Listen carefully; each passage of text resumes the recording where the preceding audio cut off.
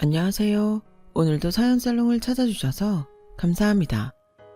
저는 아들 하나를 둔 30대 후반 이혼녀입니다. 유복한 집안에서 외동딸로 태어나 남부러울 것 없이 살았어요.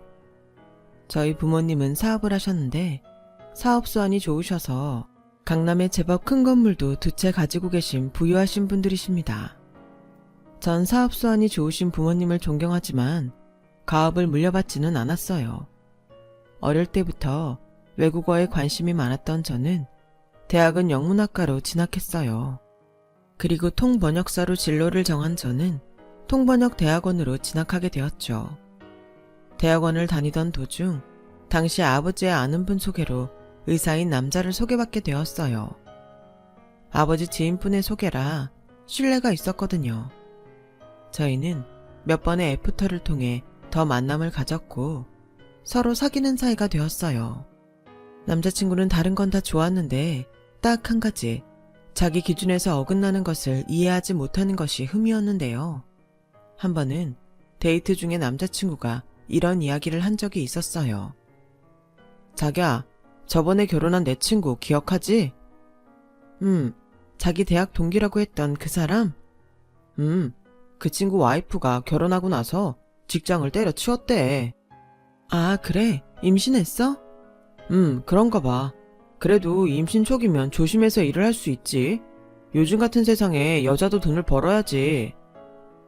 맞는 말이긴 한데 아무래도 임신 중에 일하긴 힘들지 않을까? 산 달 다가온 것도 아닌데 나랑 같이 일하는 여자 의사들은 배불러 와도 출근하고 그러는 사람들 많아. 뭐 그런 사람들도 있겠지만 견디기 힘든 사람들이 있을 수도 있지. 자기가 더 잘 알잖아. 사람마다 상황은 다 다르니까. 에이, 아무튼 난 이해 안 가. 진짜 그런 여자들 보면 취집하려고 결혼한 것 같다니까. 에이, 말이 좀 심하다. 취집이라니. 얼마나 힘들면 일을 그만뒀겠어. 일하다가 진통 와서 애 낳으러 가는 여자들도 있는데 난 아무튼 그런 여자들 보면 이해 안 가고 이해하고 싶은 마음도 없어. 딱 질색이야. 결혼했다고 일 그만두는 여자들. 저는 더 이상 말하지 않았어요. 더 말하면 싸움이 날 것 같았거든요.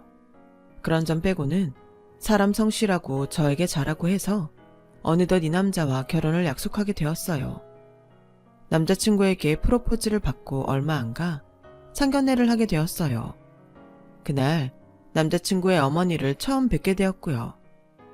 남자친구의 본가는 시골이었는데 어머니께서 농사를 지으며 삼남 이녀를 키우셨다고 들었어요. 이 친구가 워낙 성실하고 사람이 괜찮아서 제가 아는 분께 부탁해 딸에게 소개를 해주었는데 이렇게 결혼까지 하게 될 줄은 생각도 못했네요. 아우, 이렇게 사돈을 맺게 되었으니 인연도 보통 인연이 아니죠. 우리 닥터박 어릴 때부터 제대로 지원도 못해주는데 이렇게 의사가 돼서 결혼까지 다 하고 제가 다 눈물이 나려고 하네요. 예, 사부인의 노고 이해합니다. 아들을 이렇게 잘 키워주셔서 저희가 감사드려요. 그럼 감사하다니까 초면에 나 부끄럽지만 얘기할 건 해야겠네요. 예, 말씀해보세요, 사부인. 아시다시피 우리 닥터박 위로 형이 둘이나 있고 밑으로 여동생이 둘씩이나 있어요. 근데 닥터박이 자기 형보다 더 먼저 결혼을 하고 제가 이래저래 자식들한테 돈 들어갈 곳이 많다 보니 결혼 지원이 어려울 것 같습니다. 아, 그런 사정이 있으셨군요. 사부인, 이제 아드님도 우리 집 식구니 제 아들이나 다름없어요. 집은 저희 쪽에서 할 테니 걱정 놓으세요. 아유, 감사합니다, 사돈. 하지만 집은 저희 딸 명의로 하겠습니다. 괜찮으실 거라 생각합니다. 예? 아니 그래도 집은 남자 명의로 해야지요. 남자가 한 가정의 기둥인데. 저희 부모님은 시어머님의 너무나 당당한 말에 말문이 막혀 당황하셨지만 아버지가 침착하게 말씀하셨어요. 예, 사돈 쪽에서 집을 해오면 명의를 닥터박 명의로 하겠지만 그게 아니지 않습니까? 그리고 남자가 가정의 기둥이라는 사고방식은 구식이라고 생각해요. 사돈, 요즘은 여자들도 가장의 역할들을 아주 잘 해내고 있습니다. 제 딸도 결혼해서 일을 계속하는 걸로 알고 있고요. 그러면 둘 다 집안의 기둥이 아닌가요? 아니, 그러다가 둘이 이혼이라도 하면 우리 닥터박이 맨몸으로 쫓겨나는 거 아닌가요? 상견례 자리에서 이혼 이야기를 꺼내는 시어머니가 무척이나 당황스러웠어요. 이때 알아보고 파혼을 했었어야 했을까요? 저의 무지가 저희 부모님에게 상처를 줬을 줄은 그때는 상상도 하지 못했어요.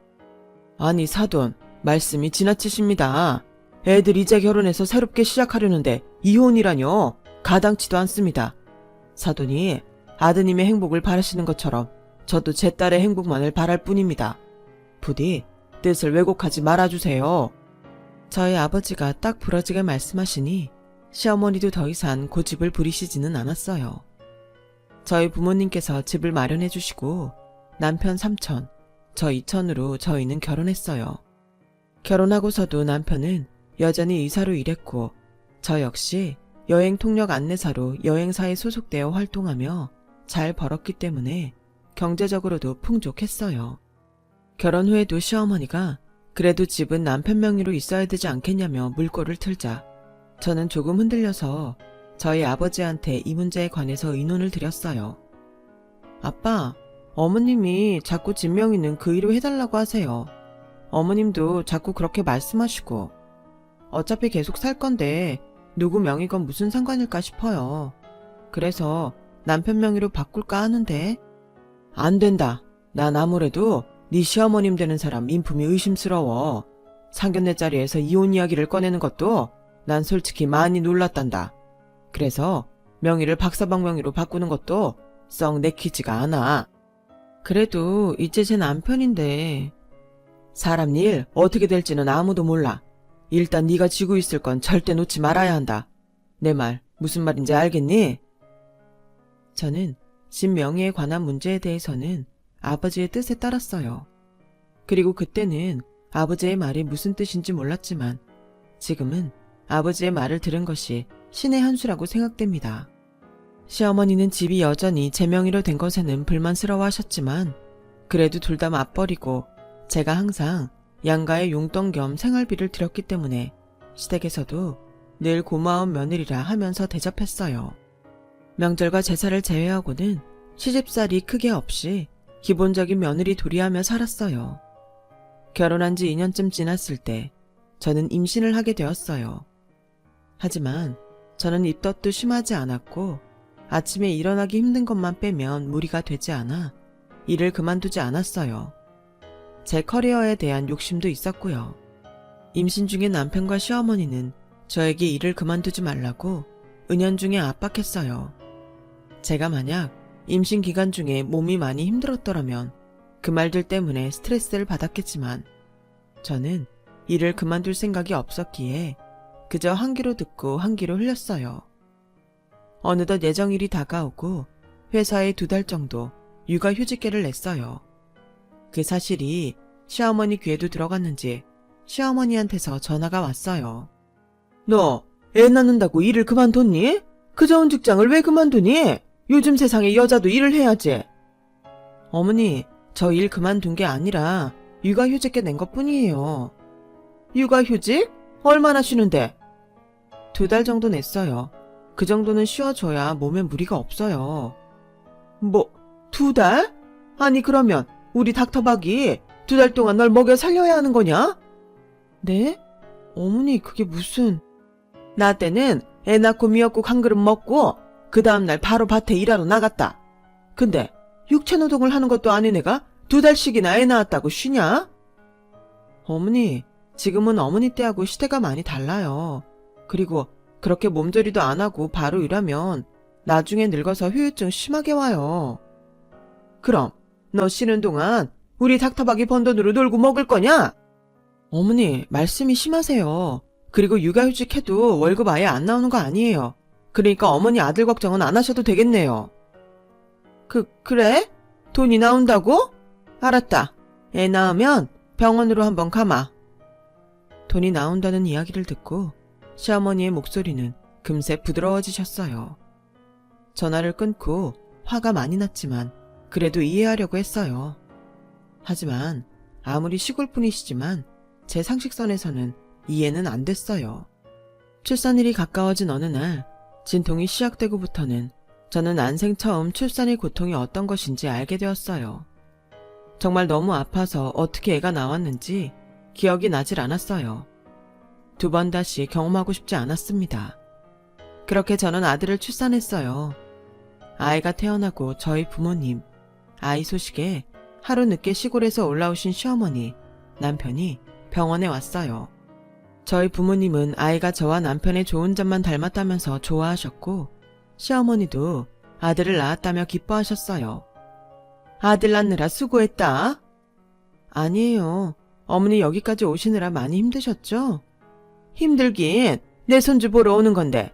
아, 그건 그렇고 2달 뒤면 다시 일하는 거냐? 이제 막 출산한 며느리한테 일 언제 다시 시작하냐는 소리를 하는 저희 시어머니 때문에 저희 부모님은 적잖이 당황하셨어요. 남편도 평소에는 시어머니와 한뜻이지만 그날은 장인장모 있는 앞에서 그런 소리를 하는 시어머니 눈치를 보느라 안절부절했어요. 네, 2달 뒤에 바로 복직할 계획이에요. 근데 맞벌이 하면 애 봐줄 사람이 필요한데 애 봐줄 사람 못 구하면 복직을 좀 미루려고요. 뭐? 그런 말 없었잖아.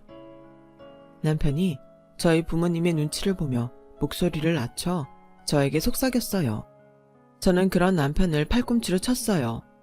아니, 애가 뭐 알아서 크는 거지. 뭐 그런 걸로 일을 안 하려고 그러니?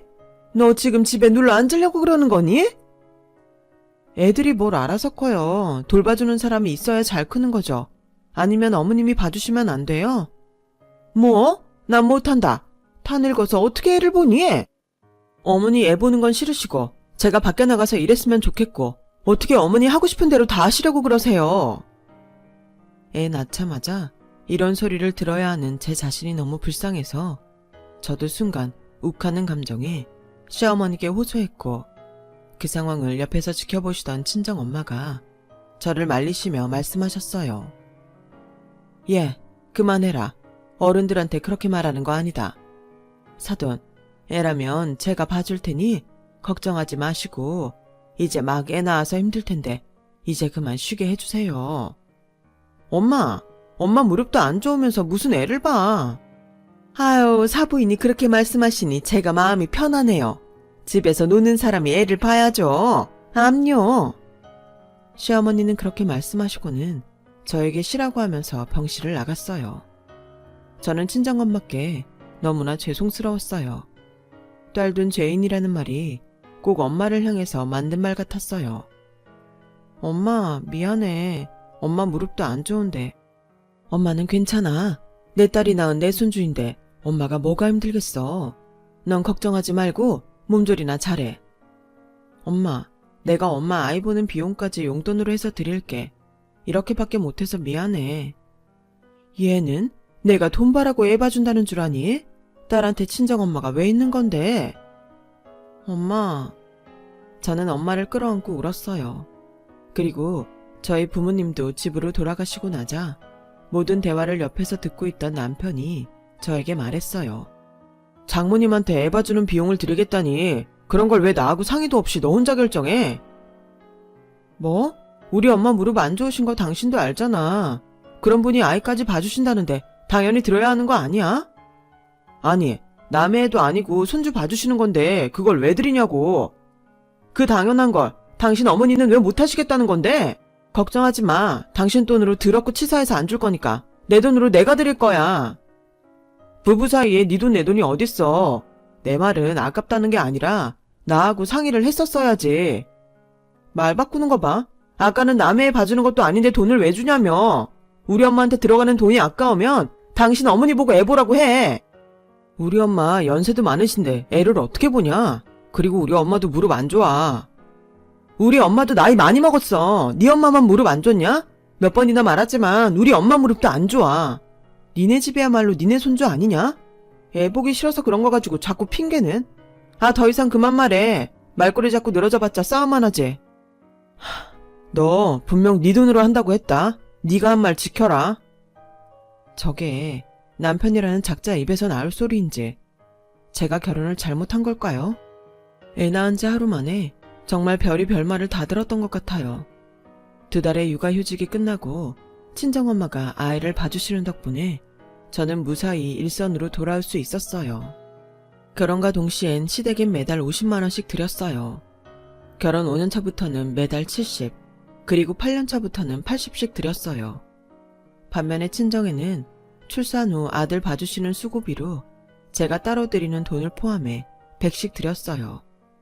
저희 부모님이 집을 마련해 주신 덕분에 그 흔한 대출금 하나 없다 보니 저축도 하고 넉넉히 살았죠. 그러다 코로나로 여행업계에 불황이 닥치면서 제가 실직하게 되어 남편 외벌이가 되었어요. 제가 실직했다고 말하니 남편이 했던 말이 아직도 생생하게 떠오르네요. 여보, 나 정리해고 당했어. 뭐? 아니 왜? 갑자기? 코로나 때문에 회사가 많이 어려워졌어. 그래서 통역사들이 회사에서 불필요해져서 나 말고도 정리해고된 사람들 많아. 잘린 거 맞아? 당신이 그만둔 거 아니지? 여보, 내가 내 일에 대해 얼마나 욕심 있는지 알면서 나 임신기간 내내 일했던 사람이야. 어떻게 그렇게 말할 수 있어? 아님 됐어. 그래서 앞으로 어쩔 건데? 일단 3개월 실업급여 받으면서 그 기간 동안 일자리 찾아봐야지. 이번 기회에 좋구나 하고 집에 들어앉을 생각이라면 꿈 깨는 게 좋을 거다. 알지? 나 그런 여자들 질색인 거. 진짜 말하는 것 좀 봐. 걱정 마. 어떻게 해서든 일할 거니까. 말은 그렇게 했지만 막막했어요. 저는 더 이상 취업시장에서 젊은 나이가 아니었기 때문에 재취업에 어려움을 겪을 것이라는 게 예상되었기 때문이죠. 그래도 평생 영어로 먹고 살았던 덕분에 3개월 실업급여를 받은 뒤 번역일이나 영어 과외로 부수입을 벌 수 있게 되었어요. 친정과 시댁에 상황을 설명하고 원래 드리던 용돈에서 다시 월 50씩 드렸어요. 친정 부모님은 사정이 어려우면 어차피 받으려고 한 돈도 아닌데 자신들한텐 신경 쓰지 말라고 하셨어요. 하지만 시어머니는 상황을 설명하자마자 저에게 폭언을 쏟아부으셨어요. 뭐? 실직을 했다고? 네, 어머니, 사정이 그렇게 됐어요. 그럼 너 일자리는 안 구하니? 지금이 어느 때인데 집에서 놀고 있니? 같이 맞벌이해도 한 푼이 아쉬운데 그 좋은 직장을 왜 그만둬? 의사 사모님 행세하면서 내 아들 등골 빨아먹을 생각이니? 저는 화가 많이 났지만 그래도 침착하게 시어머니께 설명했어요.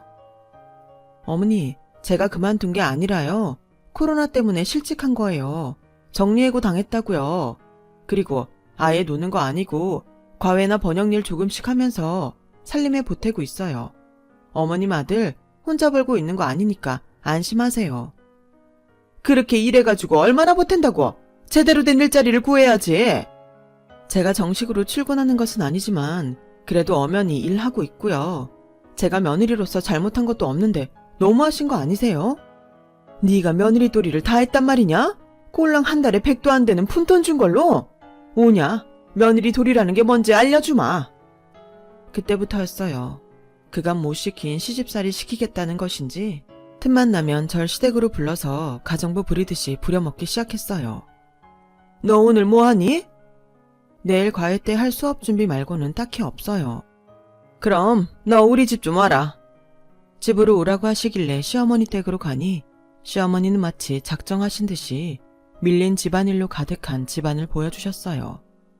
며칠 동안 쌓아둔 설거지거리, 언제 내놓은지 모를 음식물 쓰레기들, 그리고 산더미처럼 쌓인 빨래들. 내가 그동안 몸이 아파서 집안일을 하나도 못했지 뭐니.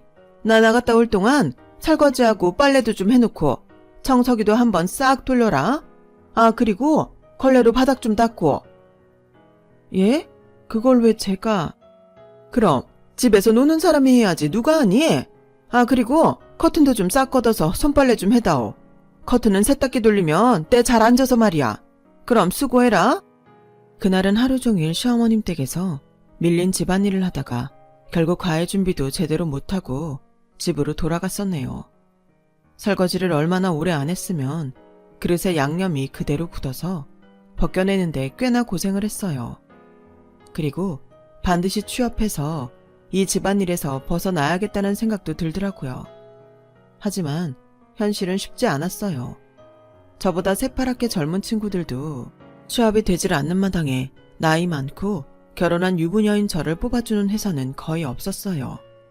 시어머니는 틈만 나면 불러대서 시집살이를 시키고 하니 제 번역일과 과외 일에도 지장받고 재취업을 할 시간은 점점 줄어들었어요. 어느 날은 어머니가 배추가 싸게 나왔다면서 배추를 한 무더기 사와 저에게 김장을 시키질 않나. 나중에는 시누이 결혼할 남자가 집에 온다면서 저보고 음식 좀 해달라는 거 아니겠어요? 정말 저는 그 집 가정부나 다름없었던 것 같아요. 그렇게 혼자 부엌에서 방방 뛰어다니며 음식 준비를 하고 대접을 해도 돌아오는 건 시어머니와 시누이의 반찬 투정뿐이었어요. 어머, 언니 음식이 다 너무 짠 거 아니에요? 집에서 음식 안 해요? 너 지금 이따위 음식 솜씨로 항상 우리 아들 밥 차려주는 거냐? 아우. 엄마, 너무 그러지 마. 처음엔 다 그런 거지 뭐. 결혼한 지 몇 년 차인데 아직도 저렇게 부엌 일이 서툴러. 그동안 꼴 같지도 않은 돈으로 유세만 부렸지? 시어머니와 시누이가 말할 때마다 몇 번 폭발할 뻔했지만 간신히 참고 집에 와서 남편에게 다 쏟아냈어요. 진짜 어머니하고 아가씨 나한테 너무하신 거 아니야? 나 곧 마감일 다가오는 번역일도 미루고 어머니 댁에 가서 하루 종일 하녀처럼 일하고 왔어. 그런데 어떻게 그러실 수가 있어? 겨우 그거 하고 투정 부리는 거야. 다른 집 며느리들은 더 심한 말도 들어. 그나마 우리 가족들이니까 그 정도 선에서 교양 있게 멈춘 거야. 뭐? 교양? 며느리 실직하고 시집살이 시키는 게 그게 당신네 집 교양이야? 솔직히 당신 시집 와서 한 게 뭐 있어? 우리 엄마 생신상을 차려드렸어? 아니면 시집 행사를 다 챙겼어? 그냥 명절날 한두 번 얼굴 들이민 게 다 아니야? 그동안 못했던 거 지금 한가할 때 한다고 생각하면 되지. 왜 그렇게 사람이 꼬였어? 내가 한 게 뭐가 없어. 우리 양가 부모님한테 드리는 용돈 다 내 돈으로 나간 거 몰라? 그리고 내가 일부러 시댁에 안 갔어? 나도 일하면서 눈코 뜰 새 없이 바빴어. 내가 가끔 쉬어서 주말에 어머님 댁 가자고 하면 자기도 쉬어야겠다고 딴소리 찍찍 했잖아. 그래놓고 뭐? 나는 그 와중에도 내가 좀 더 아껴 쓰더라도 부모님들 용돈 더 드리려고 더 신경 쓴 게 나야. 내가 한 게 뭐가 없어. 그럼 지금은 돈 안 버니까 몸으로 떼어면 될 거 아니야. 그것도 안 하고 집에서 놀 생각이었냐? 의사 사모님 소리는 그냥 들을 생각이었어? 의사 사모님? 너 아직도 그 소리니? 내가 그렇게 속물로 보였어? 당신은 도대체 나랑 왜 결혼한 거야? 집 잘 살고 부모님이 안정적인 직업을 가졌으니까 했지. 순간 배신감이 밀려왔어요. 아무리 모진 말을 듣더라도 이런 감정을 느꼈던 적은 없었는데 말이에요. 그리고 그동안 속상했던 감정들이 복받쳐 오르기 시작했어요. 결국 배경이었네. 속물은 당신이었네. 근데 어디서 의사 사모님 우는애? 나 실직하고 안 그래도 일자리 잃어서 서러운데 언제 따뜻한 말 한마디라도 해준 적 있어? 그냥 돈 안 번다고 어머니하고 같이 구박이나 해댔지. 처음부터 너라니까 제대로 못 알아본 내 잘못이지. 더 이상은 같이 못 살겠어. 우리 이혼해. 이혼? 이혼할 거면 집하고 재산 다 내놓고 애 나한테 주고 너만 혼자 나가. 집을 왜 당신이 가져가? 이거 우리 아버지가 해준 집이거든? 이 집 해올 때 당신 돈 한 푼이라도 들어간 거 있어? 부부간 재산은 공동인 거 몰라? 정 이혼하고 싶으면 집 4명으로 돌려놓고 나가. 안 그럼 이혼은 없어. 저희 부부는 그 이후로 각방을 쓰게 되었어요. 결혼할 때 꼴랑 3천 가지고 온 놈이 무슨 집을 요구하는지 어이가 없었어요. 그리고 남편의 말이 마음에 걸렸어요. 결혼하고 남편과 저 둘 다 맞벌이였기 때문에 집이 공동재산으로 들어가게 된다면 아버지가 해주신 걸 뺏기는 거나 다름없었기에 저는 신중해질 수밖에 없었어요. 남편이 지방으로 세미나를 간 어느 날 시어머니한테서 전화가 와서 받았더니 대뜸 저보고 야! 하며 소리치시는 게 아니겠어요? 전 당황했지만 침착하게 물었어요. 어머니, 무슨 일이세요? 넌 시댁을 도대체 뭘로 보는 거냐? 우리 집이 그렇게 우스워? 어머니, 뭘 어머니를 우습게 봤다고 그러세요? 제대로 말씀을 해주세요. 아니, 집에서 일도 제대로 안 하고 놀고 있는 게 친정까지 챙겨? 내 이야기 다 듣고 전화하는 거다. 안 그래도 외벌이로 힘든 애를 니네 친정 뒤치다거리까지 하게 만들어? 어머님, 그래도 자식 며느리 도리하느라 생활비 매달 꾸준히 드렸고 친정은 애까지 봐주시는데도 불구하고 어머니랑 똑같이 용돈 드렸어요. 그리고 제가 일 안 나가고부터는 그마저도 안 드리고요. 그리고 저 퇴사하고 탱자탱자 논 거 아니에요. 과외나 번역일 조금이라도 하면서 제목하고 있고, 솔직히 양가에 드리는 용돈 그거 제가 번 돈으로 드린 겁니다. 그간 그냥 자식으로서 효도한다 생각하고 생활비 들었는데, 네, 저희도 이제 남편 외벌이라 힘들고 우리 아들 교육비며 나갈 게 많으니 양가 생활비 다 끊을게요. 그리고 따지고 보면 저희 친정에서 애도 봐주시고 집도 마련해 주셨는데 친정에 용돈 준다고 외벌이니 뭐니 따지시는 건 좀 아니지 않나요? 이게 시애미한테 따박따박 말 대답하는 것 좀 봐. 너 내가 가만 안 둘 거야. 알아? 시어머니는 그렇게 말씀하시고는 일방적으로 전화를 끊었어요. 그리고 얼마 안 가 남편한테 전화가 오더니 대뜸 감히 자기 엄마한테 말 대답했다고 하면서 차마 입에도 담을 수 없는 말들을 저에게 내뱉는 거 아니겠어요? 저는 그 말을 듣고 이혼 소장 보낼 테니 기다리라고 말했어요. 그리고 이삿짐 센터에도 전화를 걸어 남편이 없는 동안 제 집에 있는 남편 짐을 다 빼서 시어머니 댁으로 보냈어요. 그리고 제대로 알아보니 만약에 이 집을 대출로 사서 그 대출금을 남편과 결혼생활 하는 중에 같이 갚아 나갔다면 재산분할의 대상이 되지만 제 경우에는 이 집을 저희 친정아버지가 마련해 주신 것이고 대출도 껴있지 않았어요. 거기다 남편의 기여도가 이 집에는 들어가 있지 않으니 집은 제 특유 재산으로 분리되어 남편과 집에 관해서는 재산 분할을 할 필요가 없었어요. 지방에서 돌아온 남편은 이혼 소장이 날라온 것을 알게 되어 시어머니와 함께 집 앞으로 왔어요. 이런 식으로 사람 뒤통수를 쳐? 야, 너 나와! 이 못된 년아, 그럼 결혼할 때 보탠 3천만 원이라도 다시 내놔! 하도 시끄럽게 문을 두드려서 저는 할 수 없이 나왔어요. 그래도 아파트라 CCTV가 없는 곳이 없으니 두렵지가 않더군요. 어이가 없어서. 그럼 어머니도 그동안 제가 드린 용돈 선물들 다 내놓으세요. 다 뱉어놓고 가시라고요. 당신 진짜 미쳤어?